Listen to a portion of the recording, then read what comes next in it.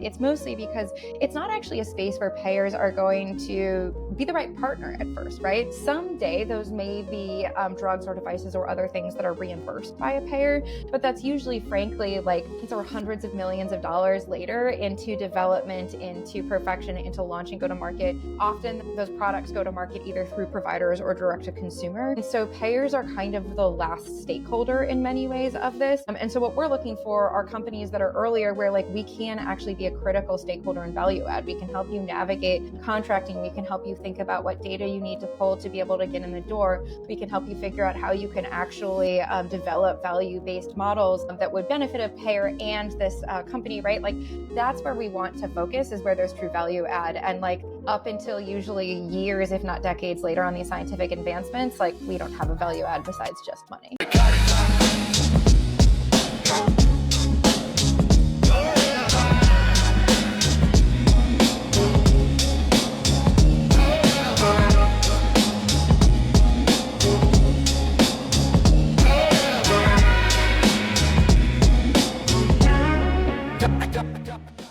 Hey everyone, welcome back to the Ignite podcast. Today we're thrilled to have Emily Durfee on the mic. She's Director of Corporate Venture Capital at Healthworx, the innovation investment arm of CareFirst, where she leads seed through Series B deals focusing on advancing quality, accessibility, affordability, and equity in healthcare. Emily came to venture from a diverse background, as most of us do, working in impact investing, technology consulting, and startups across the developed and emerging markets. We'll dig into her origin story, how payer-backed CVCs operate, that's corporate venture capital, and what this means for startups entering entrenched healthcare markets. Thanks for coming on, Emily. Absolutely. Thank you so much for having me. Yeah, great to sit down. I'd love to start with your background. What's your origin story? Absolutely. So 2 thoughts on this. I think the first is it's very important to me to say that I'm a Midwesterner at heart. I was born and grew up in Ann Arbor, Michigan, go blue. And I think that really shaped me in just really liking humans, wanting to understand the different perspectives of people from across, in this case, Michigan, and then eventually across the world. I was also really lucky because my family took time to live abroad when I was a kid. So my dad's a professor. We lived in Israel for a year and then South Africa for a year during my childhood. So that, I think, shaped the second answer to your question, which is on a more professional basis. I have one of, exactly as you said, one of those like non-traditional backgrounds, which depending on who you ask is either a compliment or an insult. I've made those choices. So obviously I think it's a good thing. But to your point, right, I've worked in a bunch of different parts of the startup ecosystem, right? So worked directly for early stage startups, done consulting for startups, done investing into startups. And I've done that internationally and domestically. So I started my career doing 2 years in sanitation work in Nairobi, Kenya. I've spent some time in India, some time in West Africa, did my master's in the UK. Did a couple of years in San Francisco, which is, exotic in a very different way. And eventually settled down here in the Washington, D.C. area. Worked in a lot of different industries, worked with a lot of different types of cultures and people. But the way that I tend to explain it to people is that there are 2 things that have been true throughout the course of that career, right? The first is that I really like to work at the intersection of value for the world and value for business. And that's driven me into different types of social enterprises, impact investing, and now working in healthcare venture capital. And the second is I like to build stuff. Usually I use a swear word there, but we'll go clean on this podcast for you, Brian. But I like to build things from scratch. And so if there's an opportunity to put something new together with some amount of creativity, passion, collaboration, probably a little bit of duct tape, it's something that I really enjoy. And so I think that's led me into all of these really early stage startups. And then, how do you build out a corporate venture fund that works well with both the stakeholders on the startup ecosystem as well as on the corporate side. So happy to dig in anywhere you want there. That's awesome. What a cool background. I've also lived around the world, maybe not as much as you, but how old were you when you lived in Israel and South Africa? So Israel, I turned 6. So I can tell you about the play structures and the snails, probably a little less about the ecosystem there. Yeah. And then in South Africa, I turned 13. So that was actually much more important. My dad was teaching at Fort Hare University, which was the only university under the apartheid that had just expired that admitted Black students. And so we were in a pretty, impoverished and not particularly diverse area. Yeah. And so it was really interesting to see, kind of what it looks like to confront really systemic racism so dramatically, and then how those echoes continue to exist, both in South Africa and in places like here. So yeah, it definitely shaped a lot of my perspective. I went to Joburg and Cape Town on one of these SIB kind of MBA trips back in 2018 as a way to get a couple credits and just go for a trip, right? And right at the end of my MBA, the racism there is like palpable. Like you could feel it. You feel it in the US too, but not as much as South Africa. Like the apartheid is like, because it was only 30 years ago, right? And what also struck me about South Africa was the every house was like a compound, right? It had really high, concrete fences with barbed wire and security systems, and it was just like every house is like a mini castle. Which honestly I feel like is true across many parts of the world, right? I think living in a lot of places, like it's actually quite common in many spaces to have these walls around your house, right? And then even having kind of an inner courtyard, et cetera. And so it's always actually one of my favorite things about returning to the US whenever I've been living abroad and just seeing the lawns and being able to like be included in a little bit more of like the openness and the beauty of people's like lives that they have built. But also, absolutely no judgment to folks who live in spaces where like that's not a possibility. Right. Yeah, of course. It's just interesting culturally. So what drew you towards healthcare innovation and eventually to this corporate venture role in the first place? Yeah, absolutely. So honest answer, I stumbled into it, right? So I started working in healthcare in the United States when I was in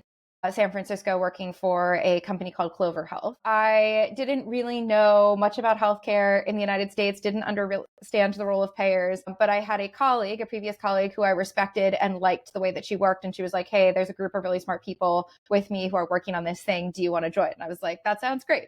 Obviously went through a competitive interview process and took that job. And I think from there learned a lot about, all the things that were broken in the United States around healthcare and some of the ways that you could try to solve that problem through combining, in this case, right, like the data science worlds of San Francisco with some of the much more healthcare established spaces in the markets where we were working in New Jersey and New York.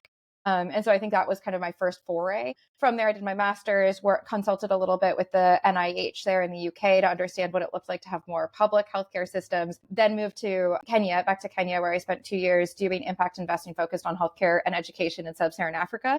And 2020 rolled around.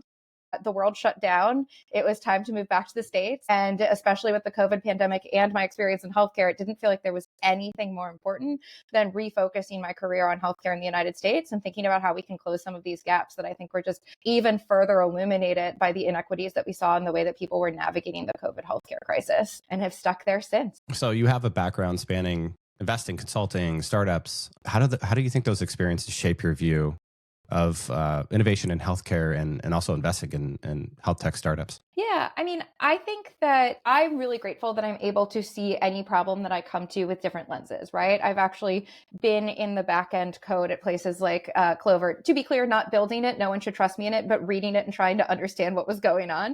I have launched new markets. I have invested in companies across the world. And I think that helps me actually, when I'm sitting in a board meeting or when I'm doing a diligence call, be able to connect what I'm hearing from someone with what my real world experience of that is. And to be able to say that makes sense, that doesn't make sense. Sometimes it doesn't make sense because either I'm dumb or things have changed in the last decade. But sometimes it doesn't make sense because it is not a nonsensical answer, right? And either way, being able to dig underneath that, I think is something that makes me really powerful. I do think that that is one perspective on it. I think that having folks who come from just a finance perspective can also be really helpful because they see more in the numbers than I do at a first glance. And so similarly, people who have an MD or a clinical background, right, I think are very, very helpful in our space because they're able to actually understand what does this look like in practice when a human is seeing another human for healthcare. And so I would say I'm not here saying that my background is the best. It's the choices that I've made. And I think it adds value in collaboration with folks who have other backgrounds and perspectives on this. So at Healthworx, you lead seed through Series B. How do you define your mandate and priorities there? Quality, accessibility, affordability, equity. What's your check size at each round? What are you guys excited about right now? Yeah, absolutely. So the very specific logistics and then the more interesting pieces. So the specific logistics, right? We're mostly focused on Series A and Series B, though sometimes these titles mean different things to different startups and different ecosystems. What we're looking for are companies that have $1 million or more of ARR each year, right? So that tends to fall into that bucket. We are followers. We don't lead rounds, but we're excited to co-invest amongst other lead investors. And as part of that syndicate, we put in ticket size of about 1 to 5 million as an initial investment. With opportunity to follow on after that. I think those are the general pieces. The more interesting piece is what does it mean to sit in between the startup ecosystem and a corporate, right? Because that's a really complicated space. And I imagine we'll talk more and more about that through this podcast. But I think fundamentally, at a high level, what that means is that Our job is to find companies where there is kind of a clear line of sight into a partnership or alignment between that startup and CareFirst as a payer to improving lives across the United States, right? That might mean a specific between the two. It may more be knowledge sharing, but there should be some amount of value exchange that we can see between those two companies. And what that means when we're actually going out and talking to companies is like, people are always like, like, what are you excited about? Where are you looking? Like, there's kind of two answers to that question, right? Like, the first answer is that we, fundamentally, I don't want to have blinders on. Like, I don't, like the whole Henry Ford thing, like if we had asked people what they wanted, they would have said a faster horse, right? Just because I think, or folks across CareFirst think that we want a faster horse doesn't mean that there's not a car on the horizon that we should also be open to and thinking about, right? And so I do want to make sure that we're open to all of these different pieces with a couple of specific exclusions. We don't do pharmaceuticals. We don't do medical devices. Like basically anything that requires an FDA clearance, like we're not the right folks to help with. But beyond that, the second answer to that question is like, at the same time, we still have, despite all of that, like kind of openness, we still do have some spaces that we know CareFirst is most interested in nudging, right? So spaces where we're seeing a lot of cost, where we're seeing a lot of inflation, where we're seeing a lot of inefficiency, and where we want to try to drive innovation. So that's not to say that we're not open to things outside of those buckets, but we are still mostly focused on those spaces as we think about where we're putting our chips and our time right now. Interesting. I'd love to dig into that thesis a little bit because it kind of sounds like what I avoid as well. Anything with FDA approval clearance required, I don't understand it. I don't know it. So I kind of shy away from it. What is it about that where maybe it's just not value add for a payer insurer ecosystem to kind of invest in that area, but there's other inefficiencies in the structure of healthcare that you guys are trying to address? I think that's it, right? Obviously, from a personal perspective as a non-scientist, right? Like if we wanted to invest in those types of innovations, we should be hiring people with different skill sets than mine, right? But I think also the reason that we aren't focused there is not just because I don't know how to do it. It's mostly because it's not actually a space where payers are going to be the right partner at first, right? Someday those may be drugs or devices or other things that are reimbursed by a payer, but that's usually, frankly, like or hundreds of millions of dollars later into development, into perfection, into launch and go to market. Often those products go to market either through providers or direct to consumer. So payers are kind of the last stakeholder in many ways of this. And so what we're looking for are companies that are earlier where like we can actually be a critical stakeholder in value add. We can help you navigate contracting. We can help you think about what data you need to pull to be able to get in the door. We can help you figure out how you can actually develop value-based models that would benefit a payer and this company, right? Like that's where we want to focus, is where there's true value add. And like up until usually years, if not decades later on these scientific advancements, like we don't have a value add besides just money. What are some unique advantages and challenges that come from being a corporate VC and attached to the payer insurer ecosystem? Yeah, a lot of them. I have to admit, so before this, I was working doing venture capital and healthcare in Sub-Saharan Africa. I was with a team of 3 people. I was one of 3, right? Joining a healthcare payer that, depending on how you count different contractors, is 5,000 to 7,000 people, right? Was a pretty significant swing in my professional career. And I think forced me to think much more about what the opportunities are. I think that, when it comes to opportunities, I'll start there. I tend to try to focus on the positives most of the time. Venture capital, I always think of as like a little bit of a like maverick sport, right? The folks who are really incredibly successful in venture capital tend to be individuals who are exceptionally smart and exceptionally well networked and can spot trends very, very quickly. I think that's really important. I also think that there is value in bringing people who have more depth of knowledge, not just breadth and speed of knowledge, around the table, right? And so from my perspective, my power and my team's power doesn't come from how smart I am.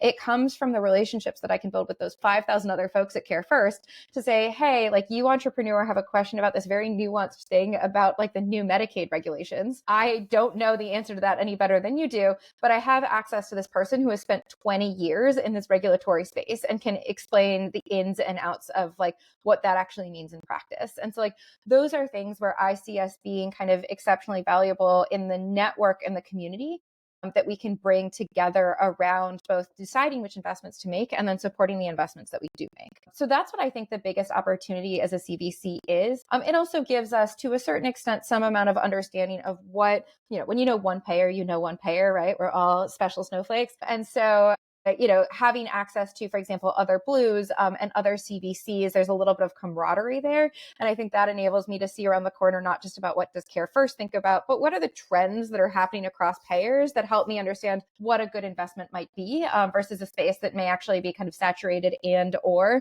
decreasing in value or priority across payers. So I think that's very, very helpful. The downsides are probably exactly what you would expect, right? It's fundamentally mostly the bureaucracy and the fact that we are trying to straddle worlds where startups move incredibly quickly and institutional payers do not move as quickly, right? And trying to figure out how to bring those two speeds together in ways that can be beneficial for both, as opposed to kind of pushing the CareFirst side faster than they would be willing to go, or hitting the brakes on a startup in a way that actually isn't going to be helpful for them in the long run. And so trying to navigate those two ways of working can be really powerful if you do it right, but can also be really frustrating and difficult if you do it wrong. And I think that that's something that we continuously have to rebalance and try to get right most of the time, but sometimes screw up. What is CareFirst for the audience that hasn't heard that company name before? Absolutely. Apologies. So CareFirst, I think you mentioned at the start. So Healthworx, which is the fund that I lead, is the innovation investment arm of CareFirst BlueCross BlueShield. CareFirst is the blue of the Mid-Atlantic. So we serve about 3.5 million members, mostly in Maryland, DC, a little bit of Northern Virginia. Why are there so many of these blues? Why not one massive blue? Like, I guess on the other side, you got Kaiser, which is all vertically integrated, right? You've got Kaiser. You've got Cigna, Aetna, right? There are a few kind of more national players versus the blues. I think the thought process behind the blues that I actually would fully agree with is there's a certain amount of scale that actually isn't helpful. It adds more bureaucracy and it stops you from being able to target specific local spaces effectively, right? So the fact that, for example, we have offices in Baltimore and in DC, we understand those, regions, we understand the populations, we live there, right? And so we're able to, I think, therefore make better decisions on what type of coverage, what type of additional benefits, what will be most helpful for the people who we're serving. And so I think the thought process behind the blues is, having that association across these multiple blues allows us to still have a national footprint while digging into that much more localized competitive advantage than you would have if you had a truly national organization and decision-making structure. But CareFirst is a for-profit payer. Technically, we're a nonprofit. Okay. We're structured as a nonprofit. Not Gotcha. all blues are nonprofit. We are. Right. I think at least for me, it's helpful because I think that enables us to try to make good decisions across our membership as opposed to, trying to prioritize our stakeholders. And right. Yeah. Which is why I bank at a credit union, because, I'm a member, I'm an owner, and, all their decisions are for me. I'm not for the shareholders, which is funny because I invest in startups, which I'm a shareholder in a bunch of startups. So go figure. But startups, I don't think are good nonprofits either. So there might be I've seen many of those structures in the social impact space and have many opinions. So someday we can chat if you want. Yeah, we just had a nonprofit venture studio on, which is really fascinating. Walk us through how you assess startups. There might be some founders listening or maybe reading the transcript or the summary and asking hey, should I pitch Emily? And am I a good fit or not? And why? So short answer to that point of not having blinders, our team wants to meet as many people who think that they have fit the general criteria, right, of 1 million ARR focused on healthcare, not diagnostics, devices, pharma, and then have any angle focused on payers, right? It doesn't have to be your entire business, but are you currently or in the future hoping to work alongside a payer in some way, right? If you don't have any sort of payer angle now or in the future, we're probably not the right fit.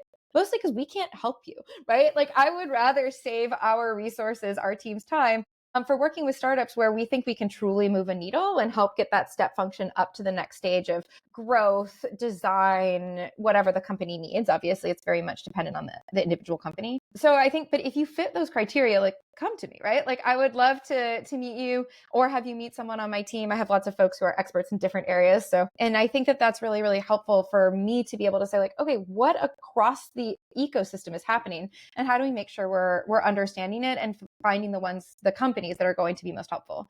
I would say that beyond that, the other thing that we're going to care the most about is, is there a cost of care angle on this, right? I mean, fundamentally, there are two things that we care the most about right now. The first is, can we provide equal or better care to our membership while decreasing the total cost of it, right? I think that's something that's really important, especially as we're seeing these skyrocketing costs across the healthcare ecosystem in the United States. Or the second is, can you make us more efficient, right? I think, we can, if you want, talk about the AI boom that is hitting everywhere and especially kind of hitting healthcare.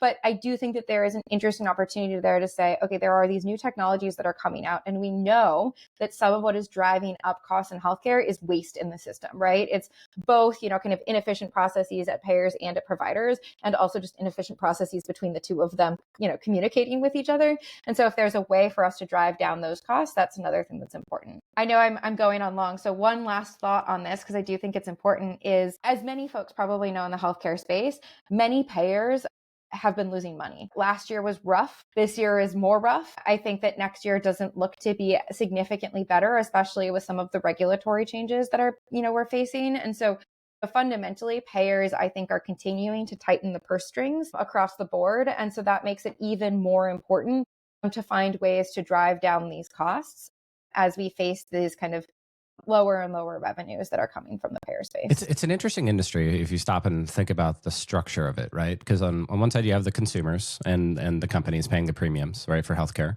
And then you have the payers sitting in the middle kind of saying, okay, like how much premiums like in services and healthcare plans can we provide here at scale?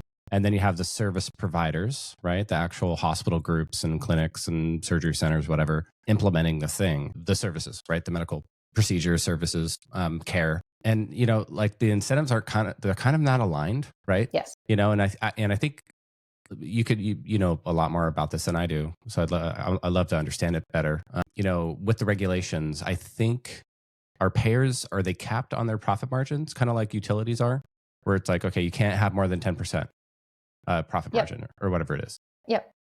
Yeah. It gets complicated in different ways, but at a high level, it's called medical loss ratio for payers, which is basically of the amount of premiums that you take in, you have to pay usually about 80% of those premiums on medical claims. Right. And then the rest of the opportunity there is how low can you make your administrative fees, and therefore what is the actual opportunity you have for profit.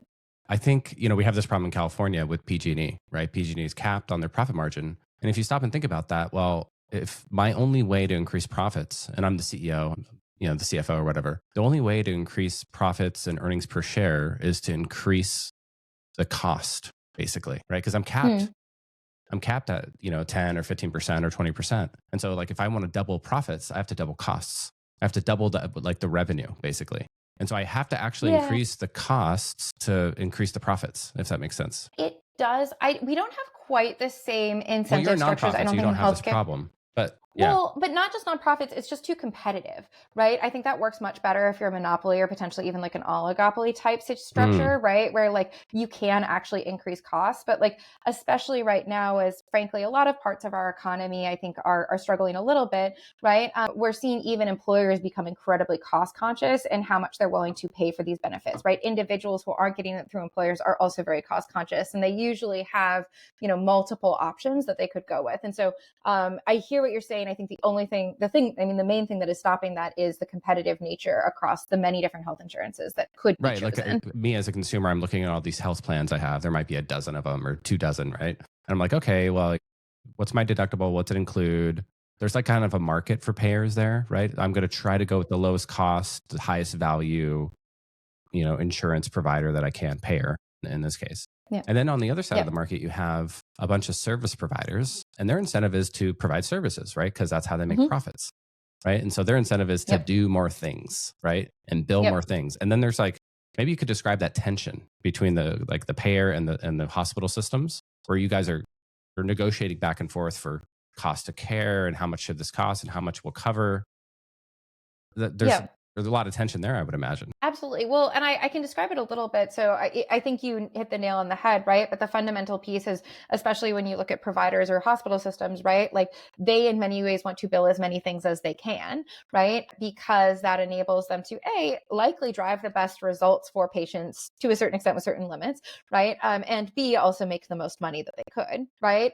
Simultaneously, you have the payers who want to decrease the cost while maintaining the outcomes. because the outcomes are in fact necessary to making sure that you don't have to pay a lot of money down the line. So there's, at least some alignment there, but, wanting to figure out where are there unnecessary types of treatment that don't actually improve the outcomes that can be cut from this process. The third dynamic there, right, is some amount of turnover, which is actually you have better aligned incentives when you start to look at Medicare populations because they tend to stay on their plans for longer.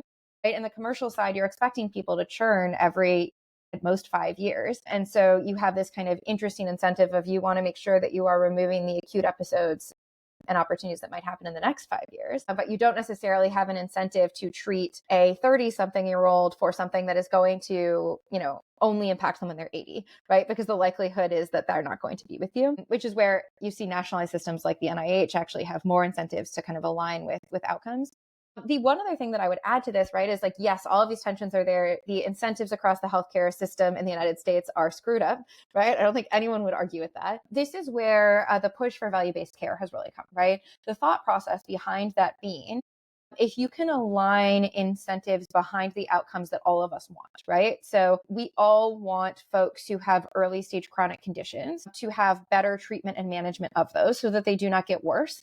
They don't have worse quality of life, and there are not additional costs that are put into the healthcare system. And so that's where value-based care comes in to say, okay, for a population that has like these specific diagnosis codes or these indicators, right? How can you actually care for them? What is the number of appointments they should have? What are the types of drugs they could be on? What is the type of monitoring they can have, et cetera?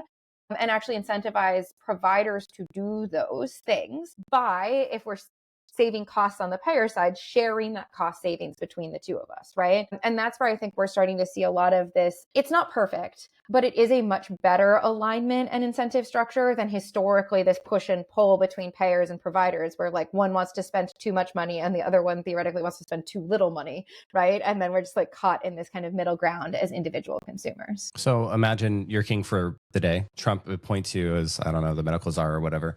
And you get to come in and like redesign the whole system, right? And create more value-based care and more market incentives. What are, 3, 4, 5 changes you would make that would create a better system? I wish I had an easy answer to that question. I wish that our the screwed up incentive structure of our structure was not so deeply invented and convoluted that there are 2, 3, 4 things that you could do that would fix it all. I think at the very least, right, I do think value-based care is a really great opportunity. And there are lots of different ways that you can do different types of risk sharing, cost savings, et cetera. I would love to see that be much more easy and obvious, right? We do not have good data sharing, which makes both, kind of prior authorizations, claims, payments, all the general things that happen between payers and providers really, really difficult. It makes it difficult as individual consumers for us to access our records and our information and even understand how much money we're supposed to be paying for a thing, right? And it means that it's very difficult to actually implement some of these value-based care arrangements because it's hard to actually know who has done what and what outcome it has had, right? And so I think fundamentally, if I could wave a magic wand and figure out a way of having just significantly better structured, shareable, standardized data systems across the board, I think that would go a long way in implementing all of the different structures that could actually do better. Yeah, let me ask you this, as a payer, would a payer look at say there's one doctor that does, there's 10 doctors that do one particular type of surgery in a regional area. And that one or two of them are really bad. They have they statistically just have worse outcomes patient after patient. And you have the data on that, right? Yep. What do you do with that data, if anything? Yes. We have that data. Sometimes we have it in ways that are very easy to access. Sometimes, right, you could have multiple claim systems that make it difficult to then actually track all those pieces. So some of that is just a standardization problem. And then there is, right, an implementation problem of there are ways that you can come up with recommendations for individuals based on the availability, based on the outcomes, et cetera, of specific types of doctors. You have to ensure that people still have individual choice within that, right? And so while there are these different kind of steerage pathways, making sure that there's still that individual choice is important. And fundamentally, right, there's also a dynamic there where we need to make sure that there are still enough doctors to treat all of the patients that need a specific thing, right? And so even if some are better and some are worse, we cannot get into a situation where we are, kind of excluding or angering providers who do still, to be clear, probably for the majority of their patients, provide care and treatment that is very important and critical and improves their lives, right? Obviously, if the majority of their patients are suffering, that's a different legal question that we should put on the side, right? But if you're talking about incremental differences, how do we make sure that we're still not changing the dynamics in our network so that, there aren't enough providers to go around? Yeah, because I think the information flow needs to be improved where people can make more informed choices, right? Here are your 10 options. Here's the data we have about the efficacy of that particular procedure given your circumstances. And then you're free to decide, like, we're going to cover some percentage and they have different prices and different value. And there's not enough like market there, right? If you let the market sort of figure it Transparency. out, it'll kind of figure it out. But we've kind of gone in and kind of mucked up the market with lots of perverse incentives and regulations and lots of different parties. And it just seems like there's just not the information look through, of And I think figuring exactly it what out. you just said, that information look through, right? It's the transparency. Like, you can't have a market without transparency. Right. And there is not transparency. I can go look right? up reviews of body shops. I have car insurance and I can see like which ones have good reviews and do good work and the ones that don't get less business. And it doesn't seem like we have that in medicine. I mean, I think there are obviously like Google Map reviews and things like that. Like, there are reviews in various places, but the reality is that, like, for many folks, not for everyone, right? It's not the review that matters. If someone came in late or was like a little bit rude, right? That's much less important than like, did you fix my ACL, right? And like, can I use my knee a year later effectively, or whatever the course of treatment might be? And I think that's where you don't necessarily have as much transparency. I mean, the other thing that most consumers don't have access to is, how much am I going to pay, right? Like, I work for a healthcare insurance and I still sometimes am like, I legitimately don't know how much I'm about to pay for this vaccine or this appointment or whatever. I'm like, I probably have a better understanding than most on how I could find that information. To be honest, I still usually don't because it's too much of a hassle. But I do think that that's where that data interconnectedness, right? And integration is really important, because if you can create transparency, you're much more likely to be able to create a better market and a better experience for all across the board: payers, providers, employers, individuals, right? I'd love to dig into the portfolio. Are there 2 or 3 startups you're excited about that you guys have invested in the last few years that are doing good work in your area? Yeah, absolutely. I mean, we have a ton of them, but I'll just talk about kind of a few that I think spring to mind right now. I think the first is, we actually just wrapped up a data analysis with a company called Positive Development, which is in our portfolio. They use DRBI, or developmental therapies, as opposed to ABA, or applied behavioral analysis, to treat children with autism spectrum disorder. And fundamentally, they are significantly cheaper and just as effective as folks who use ABA. ABA can be 20, 30, 40 hours a week, right? They're looking at significantly fewer and driving very, very good results for the members that we are looking at. And so we're really proud of that relationship. It's great to have a company that is founded in Northern Virginia, so very close to me here in DC, that has local offices, that has a contract with CareFirst, and also has been an investment of ours for, I think, about a year and a half, 2 years. And so really excited to be able to support them on kind of those multiple prongs of what they're doing. Another company that I would highlight, maybe just top of mind because our board meeting was 2 days ago, but a company called SafeRide provides non-emergency medical transportation. So, for example, whether, if you have certain mobility issues, but even if you don't, let's say you need to go to get an infusion once a month, right? And you don't have access to a car or to public transportation, but this is very, very important for your long-term health. They are a company that provides that type of ongoing support and transportation. So we have a partnership with them on a couple of our government lines of business, and then also have invested in them for the last 2.5 years. And I think that they've grown really quickly because this is something that is really necessary as we think about these challenges when it comes to social determinants of health, right? Like, what are the things that people know what they need to do? They have been given the right direction by their clinician and they still cannot make that happen. Trying to solve those problems, I think, is really important.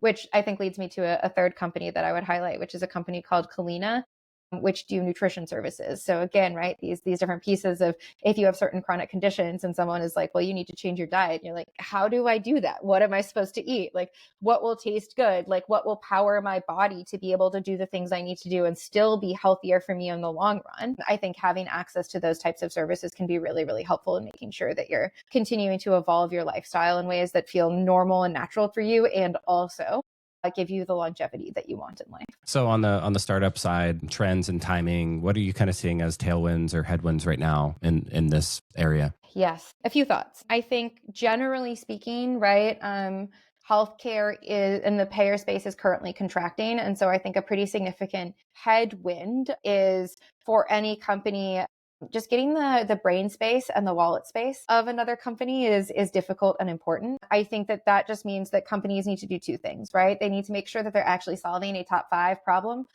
for a payer or a provider and making sure that, it's not just something that's a nice to have, but is in fact a need to have for their long-term success. And then I think the second thing is they need to get the data, right? They need to be able to say the ROI on this for you is 3 to 1, 5 to 1, 10 to 1, whatever, right?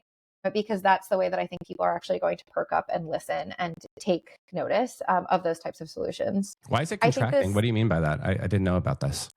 Two things, right? Some of the new regulations, right, are increasing prices, increasing qualifications, et cetera. And so there may be fewer people going out to receive insurance over the course of the next year or two, depending on which regulations kind of end up hitting. I think more importantly, it's just that I think I mentioned this, right? Like most Blues at this point, and most insurance companies in healthcare have been losing money the last couple of years, right? And so I think that's something that has just meant that there is even more prioritization and a little bit less experimentation going on around payers. It's like, what's right immediate ROI here? Like, can I implement this, whatever the startup tech is, and it's going to immediately reduce my cost to serve, to pay? Exactly. And right, is it going to be easy to do, right? There's a certain amount of, especially once you get into like the larger plans, right? So, not a couple thousand or a couple 100,000 members, but like really looking at much larger plans. How do you make sure that that this is something that has been implemented at other payers before? And so like, it can actually immediately be implemented, and we're not going to suddenly end up in like a 6-month implementation process where some API isn't quite working and this integration isn't quite right. And then all of a sudden we've put a lot of effort into this when we could take something that's off the shelf and will work for us immediately, even if it's honestly slightly less cool. Which is why you probably wait until a company has $1 million of ARR, right? Because you've kind of proven that people will pay for this and they need it and it's working. And now it's like ready to scale, basically. Because that's kind of, when you go 0 to 1, that's like the hardest point for a startup, I think. Like we don't typically like to invest till they have about 250K, but we're a little earlier. We're pre-seed mostly and some seed. And I find that the mortality rate by the time you get to $250,000 drops precipitously, and then at $1 million, another order of magnitude, Yep. Yeah. And some of it is mortality rate and portfolio balancing, but some of it is also just fundamentally, is that a place where we can add value and help, right? And the reality is, if a lot of what we're doing as the ventures firm is both, creating relationships with CareFirst, right? Whether that's contracts or advisory relationships, et cetera, and also introductions and other opportunities with other payers, other Blues, other folks in our ecosystem, like you probably just don't have the traction, the data, the stability, the ability to scale when you're earlier, pre-1 million. We do underneath the Healthworx umbrella. I have a peer named Sue who leads an accelerator program where we're looking at those earlier stage companies and saying, okay, you're not necessarily at a place where you can forge a relationship with CareFirst where we can put a lot of money into this, but like you do really need to understand how payers and providers work and think. And so how can we come up with this more standardized curriculum so that as you're even in your design process, you're able to actually access those resources? Yeah. Well, what are you excited about right now? I mean, are you seeing AI systems, tools, startups being implemented that are actually reducing costs yet? Or is it still kind of early? Yeah, I am.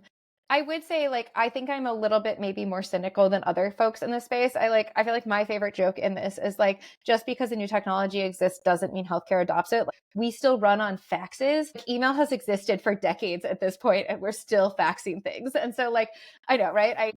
Don't ask me.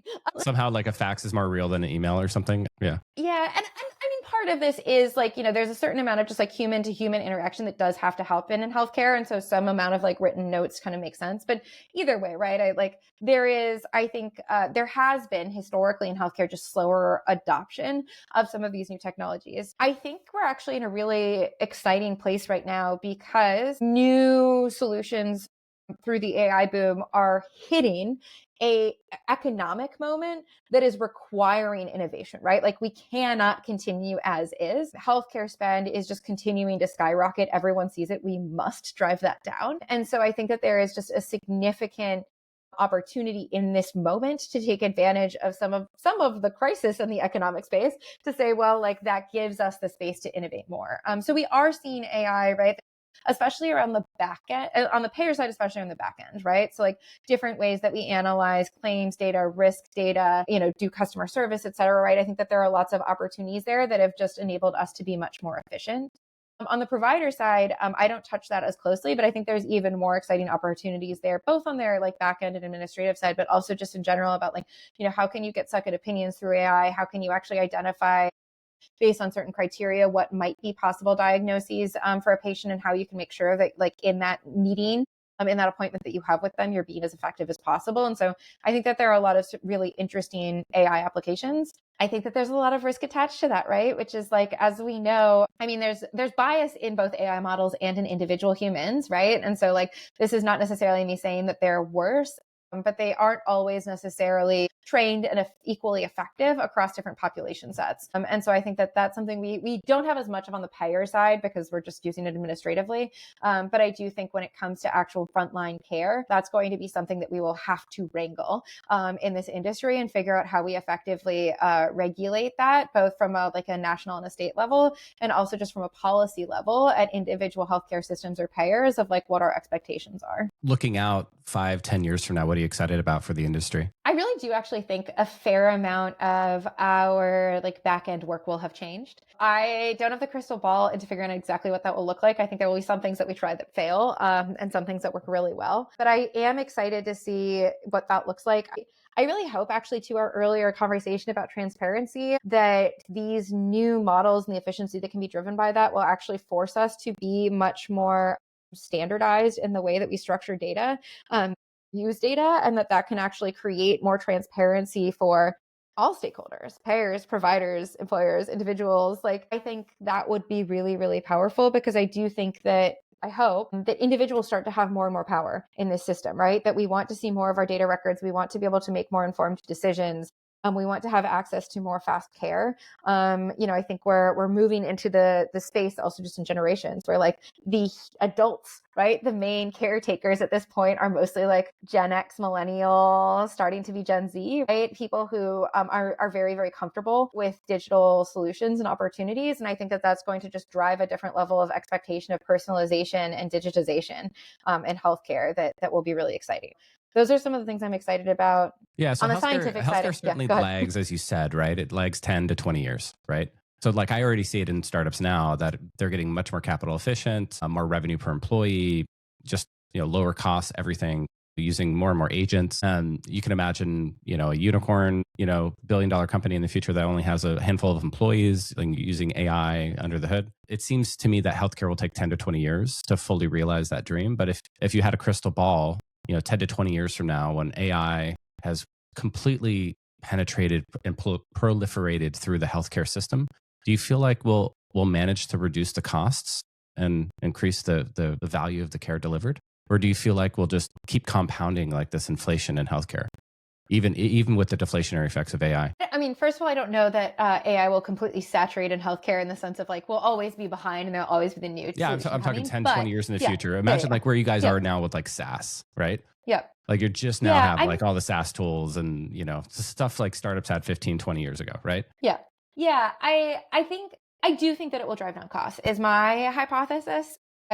10 to 20 years from now, you can message me and be like, you were right or you were wrong. But right, I do think my general perspective is there's just enough economic pressure to drive these costs down. And the reality is that like if the institutions that currently do this work, the payers and providers that are large and working on this are not willing to fully integrate and drive these costs down and therefore drive the premiums down that each individual is paying, we will see, even more of a rise of the startups, et cetera, that are doing this. There have been challenges with those before. I mean, Clover Health, where I worked, is an example. I am not minimizing that, but at a certain point, right, even with those challenges, people would be willing to do it for 50, 60, 70% savings. And so I think at some point, the baseline expectation of our society will force things down.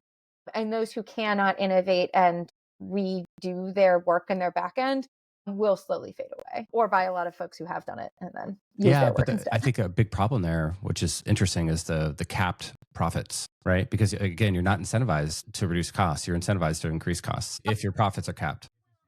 Like you implement something that saves you 10% across the board, you actually lost 10% of 10%. You lost 1% of your profit. Right. I think that, fundamentally, the other thing that you could use to improve your profits, right, is it's either driving down costs or it's increasing the scale that you have, right? But 10% of profit for 10 people is very different than for 1,000 people or 10,000 people, right? And so I think that that's where the competitive market piece comes in, which is if you are able to offer a equal or better product at a significantly lower cost as a payer or a provider, any business really in this case, right? And that means that more of the market share comes to you because they are very, very cost sensitive and or they're experience sensitive. And so this is something that like gives them more transparency, et cetera. I do think that that is actually going to be enough of an incentive, both for newcomers in the space as well as for the, kind of old hands, if you will, to innovate. Because there's always a risk of significantly losing that market share or gaining. Yeah. I'd love to wrap up with some rapid fire questions. What's a misconception founders have about working with payer-backed venture arms like you guys, and how would you correct it? Yeah, I think fundamentally folks think that, or we often run into people who think that we kind of have complete control over both the investment decision as well as the contract or partnership decision with CareFirst. And we do not. We have influence, we have opportunity to pitch, but we are absolutely dependent on the experts around whatever area that is in making the right choices for our membership. And we are excited to hear their perspectives, but not able to make that decision ourselves. What's the most interesting startup you've seen lately, not necessarily in your portfolio, that you're following, and why? Ooh, what a good question. Maybe it's an anti-portfolio. Maybe it's one you missed. You're like, oh, I didn't see that one. Mostly because this just came back up. We've been talking to certain types of ER diversion companies for a while, where you basically plug into the 911 call and then are able to find better ways to support folks who are having medical crises. I still think there's something really exciting there, and I'm interested to keep looking, but we have not yet been able to close a loop on anything there. How do you think your experiences in emerging markets has informed your investing strategy here in the US? I think that being able to see outside of the box is really helpful. So as an easy example, one of the things that's very, very common in Sub-Saharan Africa is community health workers. The United States has been much, much worse at deploying that type of resource, but I think could benefit a lot from how do you have folks from the local community who understand the local context, who are helping do different types of care coordination and access to care. And so I think that just like the creativity that you have to have in much more resource constrained environments has a lot of applicability and opportunity, even in the United States. So when you guys look at the next fund or next phase of Healthworx, how do you guys measure success beyond just financial returns? I mean, fundamentally, we're equally focused on financial returns and also the strategic value for CareFirst, right? We want to make sure that the solutions that we're supporting ideally have significant value for the membership across the CareFirst side. And even if they don't, right, are driving better accessibility, better equity, better affordability for others across the United States. Awesome. Well, Emily, I learned so much. Thanks for spending an hour with me. And I'm sure everyone out there learned a ton too. And thanks so much for answering all my 100 level questions about this ecosystem. Thanks for listening to me ramble for so long. I really enjoyed our conversation, Brian.